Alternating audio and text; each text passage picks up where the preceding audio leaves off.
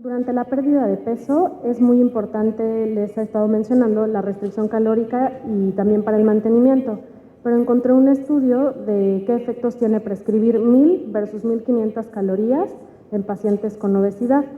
Evaluaron cambios de peso al sexto y 12º mes y compararon la pérdida de los diferentes grupos tipos de dieta que pusieron.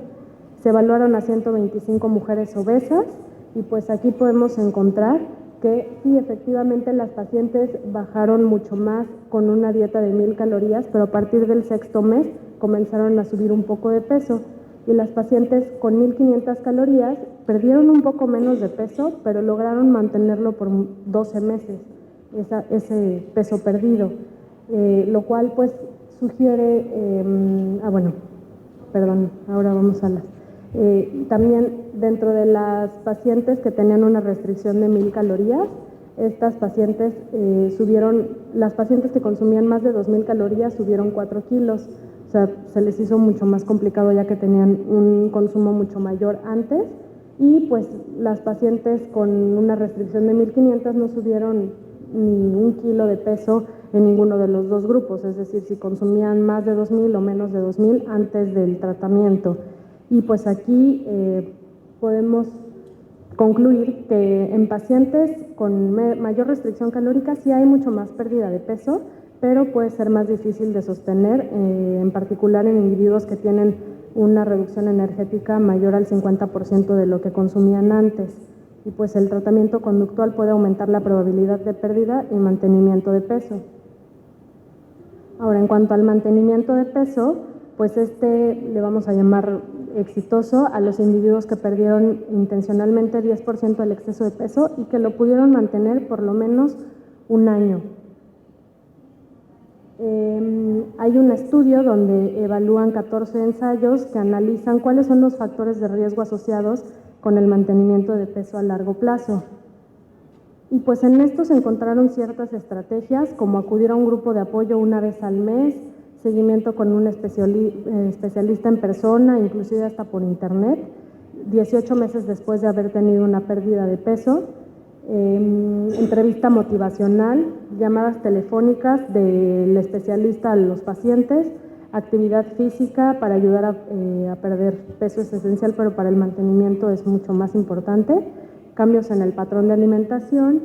También encontraron que los pacientes que mantenían peso desayunaban, estaban contentos con los resultados obtenidos, disminuyeron niveles de depresión, alianza terapéutica, que muchas veces pues estamos tan ocupados que no se puede llevar a cabo tanto esta alianza. Algunos tomaban medicamentos y casi todos hacían más de 1 hora o por lo menos 1 hora de ejercicio al día, y casi todos tenían dietas bajas en energía, o sea, en realidad tampoco volvían a comer obviamente como antes. Y pues, ¿qué plan se debe prescribir? Aquí pues es importante la distribución de macros porque influye en el gasto energético y pues sobre todo la adherencia a la dieta del paciente, y pues hay que evaluar para seleccionar la dieta que le vamos a prescribir para el mantenimiento. Ahora hay un estudio que pues no voy a tocar mucho el tema de los genes porque es muy largo y no nos da tiempo, pero fue una intervención a 932 familias europeas donde tenían 4 grupos de intervención y un grupo control. A los adultos de esas familias por 8 semanas les dieron dietas de 800 calorías, los primeros 6 meses les dieron los alimentos y los últimos 6 meses únicamente los asesoraron para que llevaran una alimentación de acuerdo a su grupo sin dar ningún valor calórico. Los grupos que existían eran altos en proteínas y altos en índice glucémico, altos en proteínas y bajos en índice glucémico, normal en proteínas y altos en índice glucémico, y normal en proteínas y bajas en índice glucémico, y el grupo control era normal en proteínas y sin recomendaciones en cuanto al índice glucémico. Y aquí encontraron que los pacientes con dietas altas en proteínas y bajo índice glucémico eran los que más perdían y lograban mantener el peso por mucho más tiempo.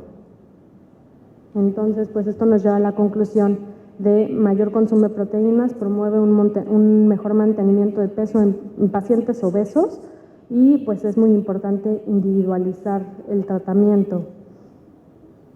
Y pues como conclusión, todas las dietas sirven, sin embargo hay que elegir la dieta de acuerdo a la valoración bioquímica, cuidar los efectos secundarios desde el inicio y pues insistir en que esto es un cambio, no solamente poner esa dieta 2 meses, sino pues ya hacer un cambio de por vida para garantizar el mantenimiento a largo plazo. Ya.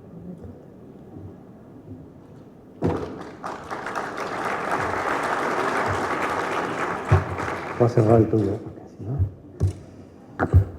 Bueno, pues ya vieron en principio cómo, si bien hay mucha investigación y se sabe mucho acerca de las dietas y de cómo hacer las intervenciones, al final del camino muchos de los pacientes que nosotros atendemos van a tener digamos que esta historia natural que vieron en el paciente que les estamos presentando, ¿no? La mayor parte de mis pacientes, adolescentes o no, en general tienen ese problema. Normalmente los mandamos inicialmente al grupo multidisciplinario, que es probablemente lo más importante que se tienen que llevar a casa el día de hoy. Es esta idea de que si no los atendemos un grupo de profesionales de la salud alrededor, la mayor parte de las veces vamos a fallar. Pero en el camino generalmente bajan de peso muy bien, son exitosos inicialmente y al final vuelven a ganar peso y la recidiva del peso generalmente es mucho más grande, ¿no? Entonces vamos a seguir con el paciente. Ya lo oyeron hace un momento, nada más para que no se les olvide, es un paciente de 18 años de edad ya, que tiene 105 kilos de peso, que ya casi pesa 33.2 de índice de masa corporal, porque ya tiene un impacto muy importante metabólico, ya tiene la glucosa elevada, tiene los triglicéridos elevados y tiene además datos de esteatosis hepática importante. Y quiero recordarles que la primera vez que llegó con nosotros vino porque tenía agruras, que esa parte no se debe de olvidar, ¿no? Entonces, ¿ustedes creen que tiene indicación quirúrgica o la doctora y yo somos unos salvajes y ya queremos llevarla a operar? ¿Cómo funciona Play, verdad?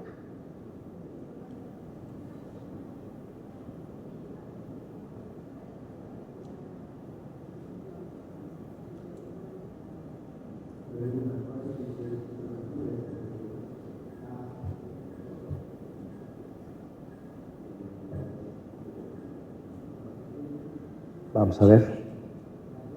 Pues sí, me da gusto que todos ustedes piensen igual que yo, porque entonces voy a seguir teniendo mucho trabajo y vamos a operar a muchos pacientes. Pero sí, bueno, pues vamos a ver en este momento. Desde los años 90, los institutos nacionales de salud definieron quiénes tienen indicación para operarse. Y son los que están viendo en la pantalla, básicamente basados en índice de masa corporal y entendiendo que además la cirugía es el último recurso que tienen los pacientes y que ya mandamos a los pacientes, como en este caso, primero con el nutriólogo y con la psicóloga y con el terapista físico antes de operarlos, ¿no?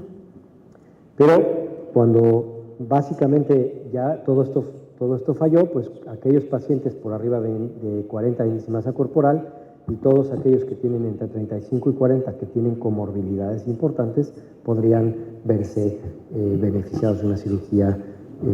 Y en la actualidad hay mucho debate porque en muchos de los países, todavía no en el nuestro, pero en muchos de los países entre 32 y 35 de índice de masa corporal, que sería el caso de este paciente, podrían ya beneficiarse de una cirugía bariátrica que tenga más la idea de resolver el problema metabólico, sobre todo cuando estos pacientes tienen el perfil metabólico que tiene nuestro paciente, ¿no? Es importante atenerse a las reglas de nuestro país. Esta es la norma oficial de tratamiento para la obesidad en México y en ella está lo que les acabo de escribir. Pero lo más importante y específicamente, justo para hablar de este paciente, es que sí contempla a pacientes entre 16 y 18 años, pero que hayan concluido su desarrollo físico. Esto es muy importante. Las guías pediátricas, tanto en Estados Unidos como en México, implican que tengan por lo menos un Tanner 4 y que tengan el 95% de desarrollo óseo ya completado para poder tomar la decisión de operarle. Alguien que tiene 18 años probablemente ya no tenga ningún problema si decide operarse, ya no sería el caso de nuestro paciente, pero nuevamente, otra vez, tiene que hacerse tiene que recibir esta atención médica en una unidad de alta especialidad como parte de protocolos de investigación revisados y apoyados por la Comisión de Ética. Es decir, que estos pacientes en México sí tienen que estar operados en un lugar que tenga digamos, un grupo francamente dedicado a estos problemas, ¿no? Por suerte, para nosotros esto es como la punta del iceberg, porque si ustedes hicieran un análisis de la cantidad de pacientes que tienen sobrepeso y obesidad que no tienen indicación para operarse y que ustedes van a tener que manejar con las nutriólogas y con los psicólogos, es gigante. En México ya saben que seguramente lo vieron toda la mañana el día de hoy, alrededor del 40% de la población mexicana más o menos tiene sobrepeso o obesidad, pero los que realmente necesitan una cirugía son más poquitos. Afortunadamente para mí no son tan poquitos. Este es los resultados de INSANUT del 2006, que ya es un poquito atrasado, y en ese entonces pacientes con 35 a 40 que tenían comorbilidades, más de 40, eran alrededor de 2.200.000 pacientes. De tal manera que más o menos en cálculos en México, como alrededor de 3 o 4 millones de pacientes podrían beneficiarse de una cirugía bariátrica o una cirugía metabólica. ¿Sí? De los procedimientos quirúrgicos, esto es para que hablemos de ellos, ¿cuál no se indica en cirugía para obesidad mórbida? ¿Cuál piensan que no se indica?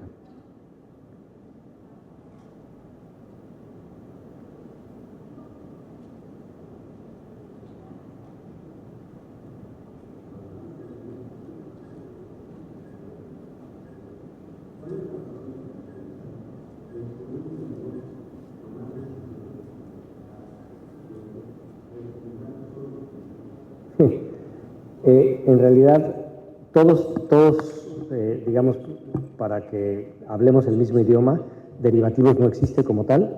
Las operaciones, los tratamientos son o restrictivos, o producen malabsorción, o son mixtos, y ahorita lo vamos a ver justamente, ¿no? Los tipos de cirugía, como les decía, son aquellos que son restrictivos, que lo que hacen es disminuir la capacidad del estómago, disminuir la capacidad que tenemos de ingerir calorías. Y dentro de ellos podríamos tener básicamente dos, que son la banda gástrica, que es poner un anillo deshilástico con un globo en medio, justo casi en la unión del esófago con el estómago, y este globo interior se regula para que la comida pase más lentamente con dificultad hacia el resto del estómago. El otro procedimiento restrictivo es la manga gástrica, que es hacer una gastrectomía longitudinal, hacer un estómago mucho más pequeño.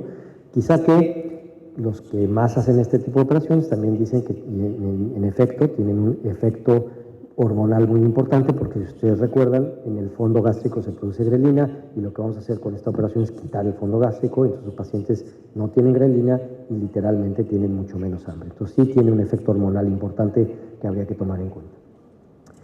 Por otro lado, tenemos lo que se llaman los procedimientos malabsortivos, en los que hacemos una restricción pequeña, pero tenemos un segmento de intestino muy importante, digamos, fuera de la circulación, por el que no va a pasar la comida, y entonces estamos generando formalmente una absorción intestinal deficiente, ¿no? Y los procedimientos mixtos, que se llama derivación gastroduodenal o bypass gástrico, que es el más frecuente, el que consideramos nosotros el gold standard en cirugía bariátrica y contra el que comparamos todas las operaciones. Es importante saber que este es como nuestro caballito de batalla contra el que comparamos todo lo nuevo, todo lo que se inventa, todo lo que hay que compararlo contra esta operación. Y en esta operación hacemos una restricción muy importante, hacemos un nuevo estómago, un reservorio gástrico que tiene una capacidad de 50 mililitros, o sea, realmente lo hacemos muy pequeño, y hacemos una unión, una anastomosis con el yeyuno, y esta anastomosis, la parte del pie de asa que se llama, la podemos hacer más larga y podríamos jugar con la longitud de asas y provocar un poco de malabsorción, y por eso se llama un procedimiento mixto. Pero este es el más frecuente de todos, o contra el que nos medimos todos.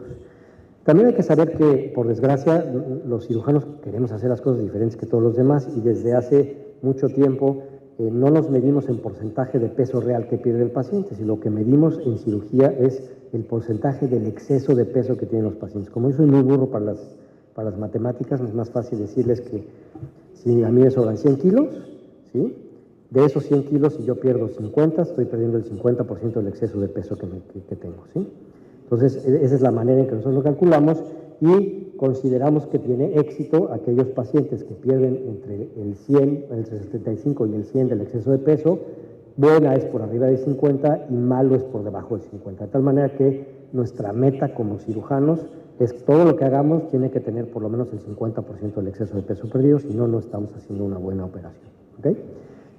Es importante que lo vean porque ahorita vamos a ver justo los resultados de cada una de las operaciones que les acababa de mencionar hace un momento.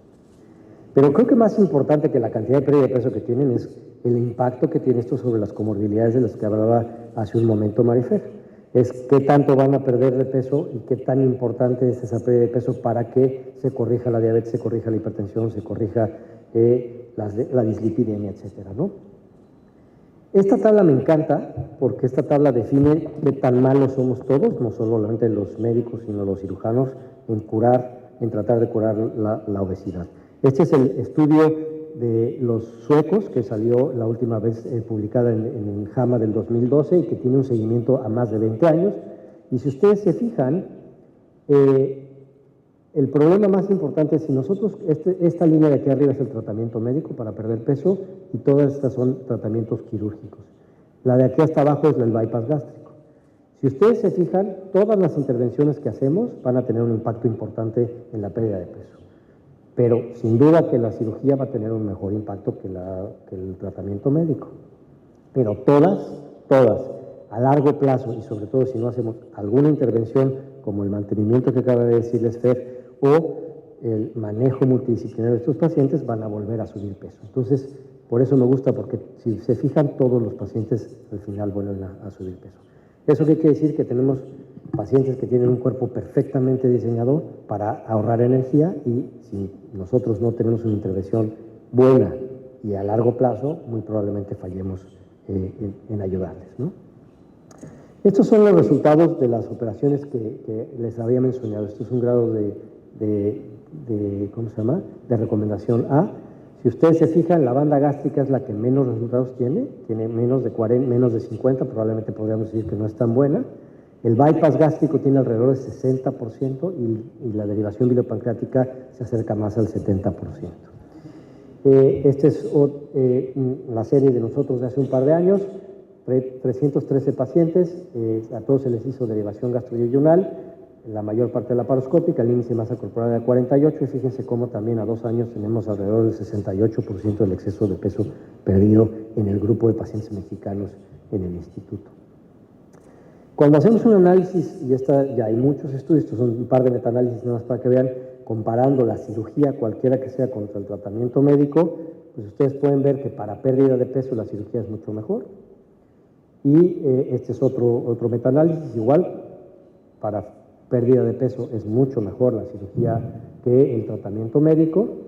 Y si hiciéramos un análisis entonces diríamos que los distintos tipos de operaciones, la malabsortiva tiene mejor resultado, la restrictiva tiene probablemente el menor resultado y la combinada o el bypass gástrico tiene el resultado intermedio.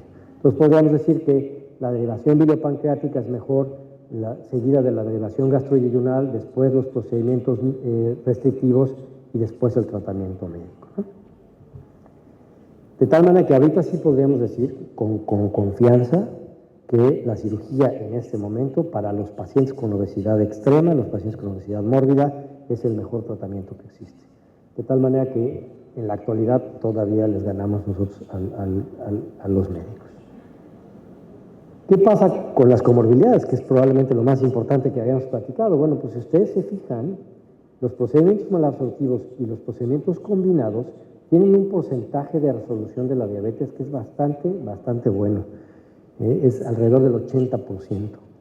Para las otras enfermedades, tenemos que hacer que el paciente pierda mucho peso para que lo logremos. Por ejemplo, hay un par de estudios muy bonitos que demuestran que si nuestros pacientes no pierden por lo menos más de 25 kilogramos de peso, el impacto en la hipertensión va a ser bastante malo.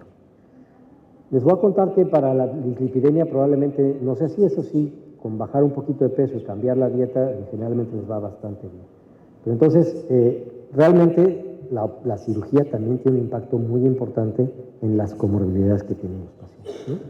Y si nosotros hacemos un análisis de cómo les va a los pacientes cirugía versus tratamiento médico en síndrome metabólico, gana la cirugía, y en diabetes mellitus también gana la cirugía.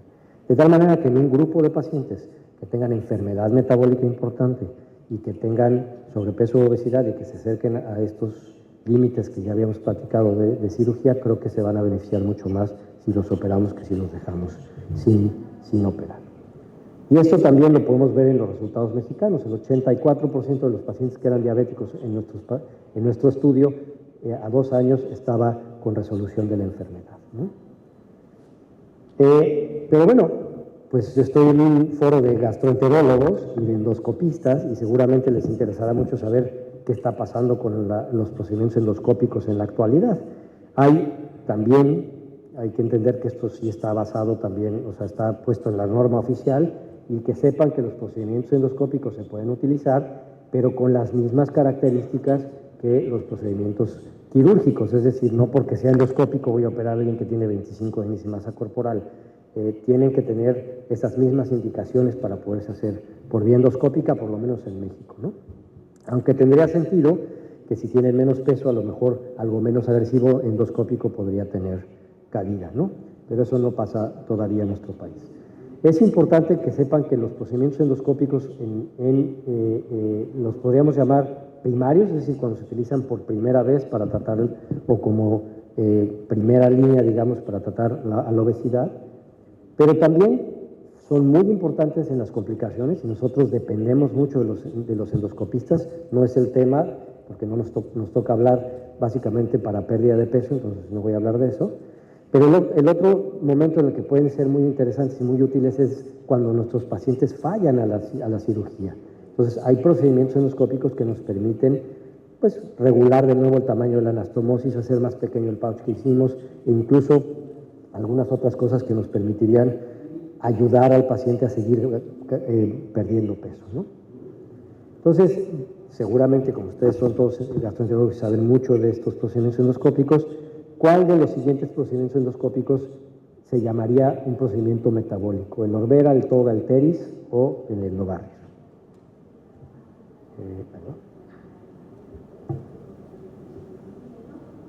Nos queda bien poquito, ¿verdad? Bueno, 20 minutos,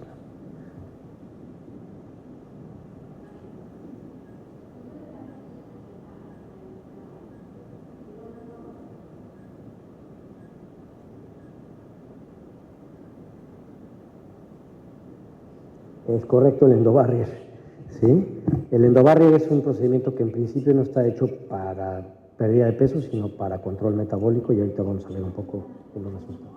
Entonces, podríamos decir que los procedimientos endoscópicos que existen en la actualidad podrían dividirse en aquellos que ocupan un espacio, básicamente los balones, que ustedes conocen bastante bien, aquellos en los que se puede hacer una sutura gástrica, y en lo que se está tratando de hacer es hacer cirugías parecidas, digamos, a la manga gástrica y hacer una disminución del tamaño del estómago intraluminal.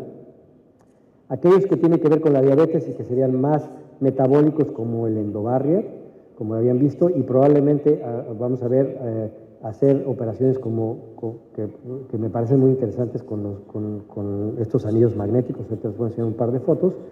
Y sin duda aquellos que están mezclados con cirugía, que tendrían que ver con corrección de las complicaciones que tienen cirugía bariátrica y los procedimientos para ayudarlos cuando falla el tratamiento quirúrgico inicial, ¿no?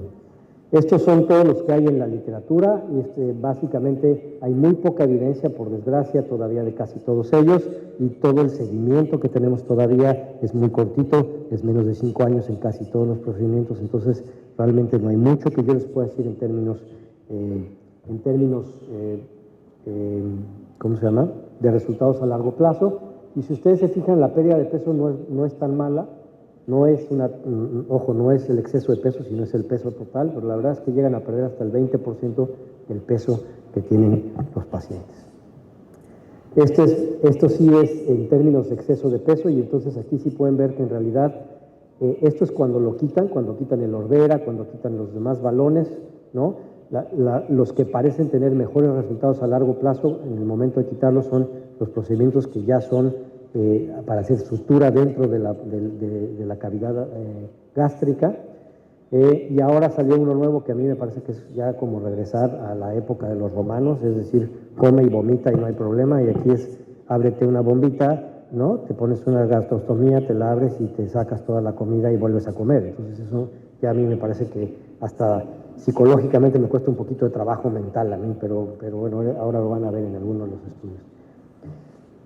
Lo que sí es importante saber es que, y este es un estudio interesante, es cómo yo logro que mi paciente pierda esta cantidad de peso con el bypass gástrico, y cuando le quito el Orbera, cuando le quito el balón, el paciente es casi igual que el bypass gástrico, pero conforme va pasando el tiempo, evidentemente vuelve a ganar peso. El problema del balón claramente se ve en esta gráfica, es temporal, hay que quitarlo, no puedo dejarlo más de 6 meses, y mientras no tengamos un dispositivo completamente distinto que no vaya ningún problema, esto va a tender a fallar. Me parece que este es un procedimiento que sirve muy bien como puente para alguien que tiene, por ejemplo, mucho peso y que queremos que baje de peso y tenga menos riesgo, o en pacientes que quieren ir a una boda y que no necesariamente quieren tener un impacto el resto de la vida formalmente, ¿no? Este es el endobarrier, para que vean el estudio más grande, 155 pacientes, la pérdida de peso fue de 12% del exceso de peso, modificó la hemoglobina glucosilada en un punto para fines prácticos, pero fíjense, tuvo 27 eventos adversos, 6 de ellos graves, y 66 explantes prematuros. De tal manera que me parece que en la actualidad el endobarrier, la manera en que se pone, la manera en que se encaja, digamos, en la salida del duodeno todavía no es suficientemente buena, y creo que todavía no podemos decir que el endobarrier vaya a tener un impacto tan importante. A mí la que me parece más interesante es esta Endoslip, que se llama, que es la sutura intraluminal, y que puede hacer una operación que se parece muchísimo a una cirugía bariátrica, y la manera de hacerlo es ir haciendo plicatura, que les queda verdaderamente muy bonita. Entonces yo creo que podría ser algo de futuro, si ustedes quieren hacer algo endoscópico y los gastroenterólogos nos quieren robar la cirugía bariátrica. Me parece bastante bien, pero ahorita vamos a discutirlo al final. Pero la otra que me parece todavía más interesante es esta idea de poner pues, un par de anillos de cada lado y que progresivamente vayan haciendo una anastomosis, ¿no? Queda algo parecido a esto que están viendo aquí, se colocan de esta manera, al día 4 ya se hizo el orificio entre ambos dos, y después se pierde y ya queda una operación como si hubieran hecho ustedes un bypass gástrico formal. Entonces a lo mejor una combinación de estas dos pudiera tener que ver, ya no tienen hoyos por ningún lado, se meten por la endoscopía y ustedes hacen las operaciones. Esto me parece bastante emocionante para el futuro, pero aún no hay nada de resultados, la verdad, ¿no? Así es como se colocan y así es como queda después, ¿no? Y este es el que yo les había platicado, pues que ahora resulta que me pongo una sonda nasogástrica con un equipito muy bonito que succiona, entonces, y una sonda de gastrostomía, entonces, pues como y me lo vacío, y esto no me queda muy claro mentalmente si debe de funcionar. Lo que sí es cierto es que en el futuro seguramente la endoscopía va a tener algo que ver, y probablemente yo la colocaría aquí. Sin duda que estas operaciones han demostrado muy bien que funcionan perfecto. Esta creo que va de salida, y el tratamiento médico ya les demostré que no es tan bueno, entonces probablemente el tratamiento endoscópico en cirugía primaria, en procedimientos primarios, quede por aquí. Por otro lado, suena muy bonito lo que les acabo de hablar de la cirugía bariátrica, pero es cierto que si nosotros vemos el otro lado de la moneda, entre el 15 y el 20% de los pacientes van a reganar peso. ¿Qué tanto? Depende mucho de qué tanto los apretemos nosotros, pero en general van a reganar peso. Y aquí es donde probablemente tenga un impacto también la endoscopía. Esto es solo para demostrarles que es muy bonito. El 76% de los pacientes de este estudio dejó de tomar medicamentos para la diabetes y tenía corrección perfecta, Pero una vez que reganó peso, hubo una recurrencia del 50%. Entonces, si nuestros pacientes metabólicamente enfermos, digamos, bajan de peso muy bien, pero vuelven a ganar peso, van a volver a ser diabéticos, van a volver a necesitar medicamentos y no vamos a tener el impacto que quisiéramos tener. Entonces, pues, y no solo eso, sino que si nosotros hacemos una revisión, o sea, hacemos una nueva operación, este es solo un estudio para demostrárselos, tenemos un porcentaje de complicaciones bien elevado, del 3 al 33% con fugas importantes. De tal manera que podríamos buscar a lo mejor alguna otra alternativa como podría ser la endoscopia. Y en fíjense cómo el Stomafix, que es básicamente el cerrar la anastomosis gastroyeyunal por vía endoscópica, tiene más o menos los mismos resultados de pérdida de peso y como pueden ver aquí, pierden la misma cantidad de peso, pero además tienen casi nada de complicaciones, 4 complicaciones menores contra 16 complicaciones en total, que de estas 10 eran mayores, incluso un paciente falleció de los pacientes que se reoperaron. Pues probablemente tenga sentido también la endoscopía en este grupo de pacientes, ¿no? Volvamos a nuestro gordito. ¿Qué piensan ustedes? ¿Qué operación deberíamos de hacerle? Ya les platiqué un poco del panorama. Deberíamos hacerle un switch duodenal, que es decir, los más agresivos, una banda gástrica, una derivación gastroyeyunal o una manga gástrica.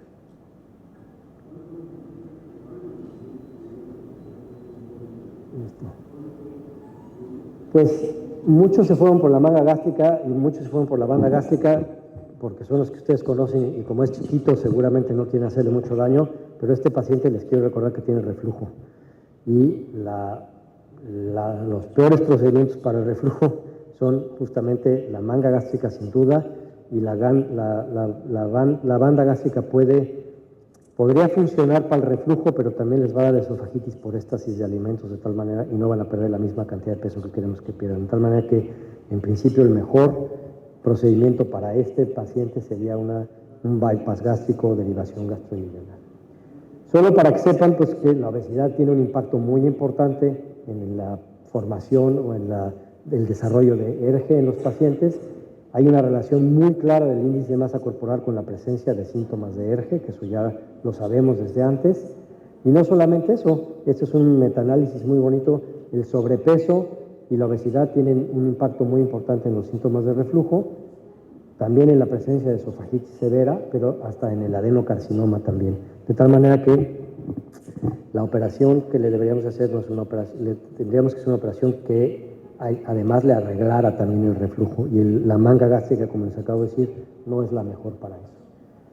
Me voy a saltar un poquito estos por obvio de tiempo, pero que sepan que en realidad las operaciones que mejor controlan el reflujo es el bypass gástrico. Fíjense cómo el índice de Mister bajó de 48 hasta 7.5 y por aquí este estudio que es de nosotros, de nutrición, fíjense cómo este es el pH por arriba de 4 que tenían los pacientes antes de someterse a una cirugía bariátrica, un bypass gástrico y como casi todos mejoraron notablemente. De tal manera que lo mejor que podemos hacer por este paciente sería hacerle un bypass gástrico. Esto es solo como para resumir lo que les acabo de decir. Una banda gástrica empeora el reflujo, una manga gástrica empeora el reflujo y la derivación gastroyeyunal o bypass gástrico mejora el reflujo. ¿Sí? Como último, me gustaría pasarles un par de artículos que son interesantes para ustedes. La mayor parte de mis pacientes que opero van a acabar con ustedes por síntomas gastrointestinales. Este es un estudio que se hizo en el 2009, en el que se analizaron 6 grupos de síntomas que están viendo aquí en la pantalla. Se analizaron antes de la operación y después de la operación.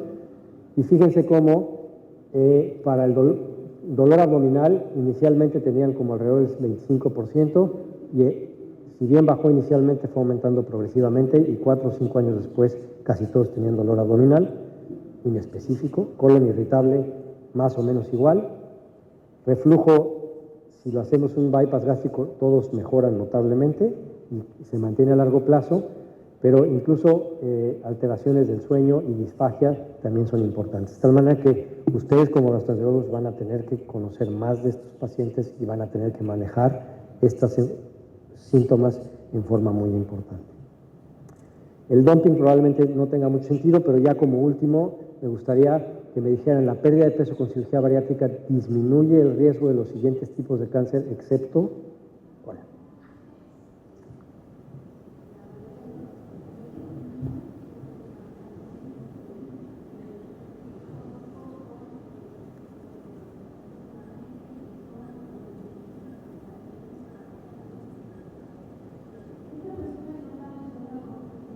¿Qué pasó? ¿Se paró? Ah, ya. Perfecto. Pues todos pusieron el cáncer de endometrio y no.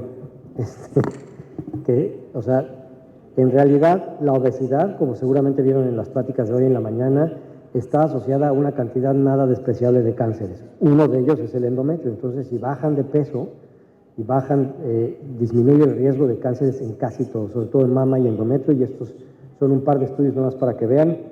Este es el riesgo relativo de tener obesidad, ¿no? Y si se puede o no mejorar. Fíjense, 3.4% si son obesos, más de riesgo para endometrio, que es el más alto. Y cuando nosotros los operamos, para fines prácticos, hay una disminución bien importante en casi todos los rubros, 42% y 24% de disminución de riesgo, sobre todo en mujeres con cáncer de mama y endometrio.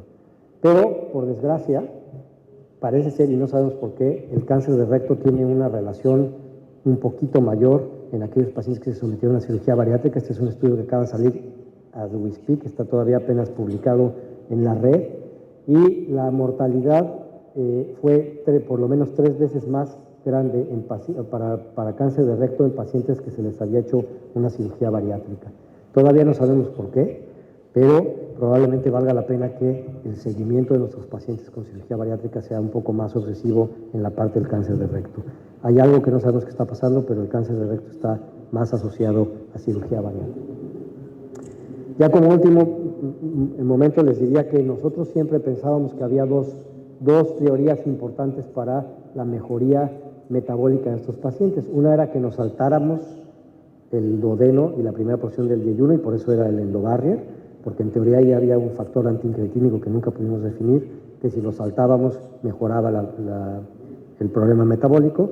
Y la otra, lo que se llamaba el intestino distal, que llegara la comida muy rápido a la parte distal y que entonces estimularan las células L y se liberara GLP-1 y péptido IgE, que mejoraban todo este problema. Pero parece ser que lo más nuevo, digamos, está en el metabolismo de la bilis, también en la microbiota, que seguramente ustedes saben de memoria, mejor que yo, y en el metabolismo de los ácidos, de las grasas. Solo que sepan que la mejoría que hay en los niveles de ácidos biliares a nivel enterohepático en los pacientes está perfectamente probada, y hay un efecto muy importante de mejoría en los lípidos, en el metabolismo, cambia la microbiota, aumentan las incretinas y cambia la homeostasis de la glucosa, y probablemente parecería que sí aumenta el riesgo de cáncer de recto y probablemente tenga que ver con esto. Eso todavía no lo sabemos, en lo que habíamos platicado. Que sepan que los caminos son básicamente TGR5 y FGF19, y los dos, francamente, aumentan la sensibilidad a la insulina, mejoran la liberación de insulina y mejoran la eficiencia de la célula beta. Por otro lado, la microbiota, hay una serie de flora intestinal que provoca básicamente endotoxemia, y esta flora intestinal está asociada a la dieta occidental, y si nosotros tenemos un cambio en esta flora, y si nosotros hacemos una cirugía bariátrica, esta flora cambia también, que es muy importante saberlo. Y lo último que les podría decir es esta frase que me encanta de la doctora Mignone, que dice básicamente: hasta ahora no hay ninguna operación que solamente tenga efectos positivos, como la mejoría de la diabetes y la resistencia a la insulina sin efectos secundarios. Porque yo les hablé hoy todo muy bonito, pero pues hay complicaciones y problemas bariátricos importantes. Sin embargo, el mecanismo que permite la resolución de la diabetes, que está asociado, digamos, a la manipulación intestinal, es muy interesante, y sin duda que es un modelo de investigación que habría que seguir a largo plazo. Yo creo, si tuviera que apostar, que en un futuro muy cercano vamos a tener ya moduladores de TGR5, como por cierto les diría, todos estos inhibidores de DPP4 y los análogos de GLP1 que se utilizan para la diabetes nacieron a partir de la cirugía bariátrica, a partir de la cirugía metabólica, y seguramente vamos a tener esto, y probablemente los gastroenterólogos nos van a ganar y van a estar haciendo algo como esto, trasplantando microbiota y van a curar la obesidad y la diabetes. Pues les agradecemos mucho su atención, gracias por estar aquí con nosotros. Abuelo de pájaro, pues un poco todo lo que tiene que ver con obesidad o con tratamiento de obesidad. No sé si tiene alguna pregunta.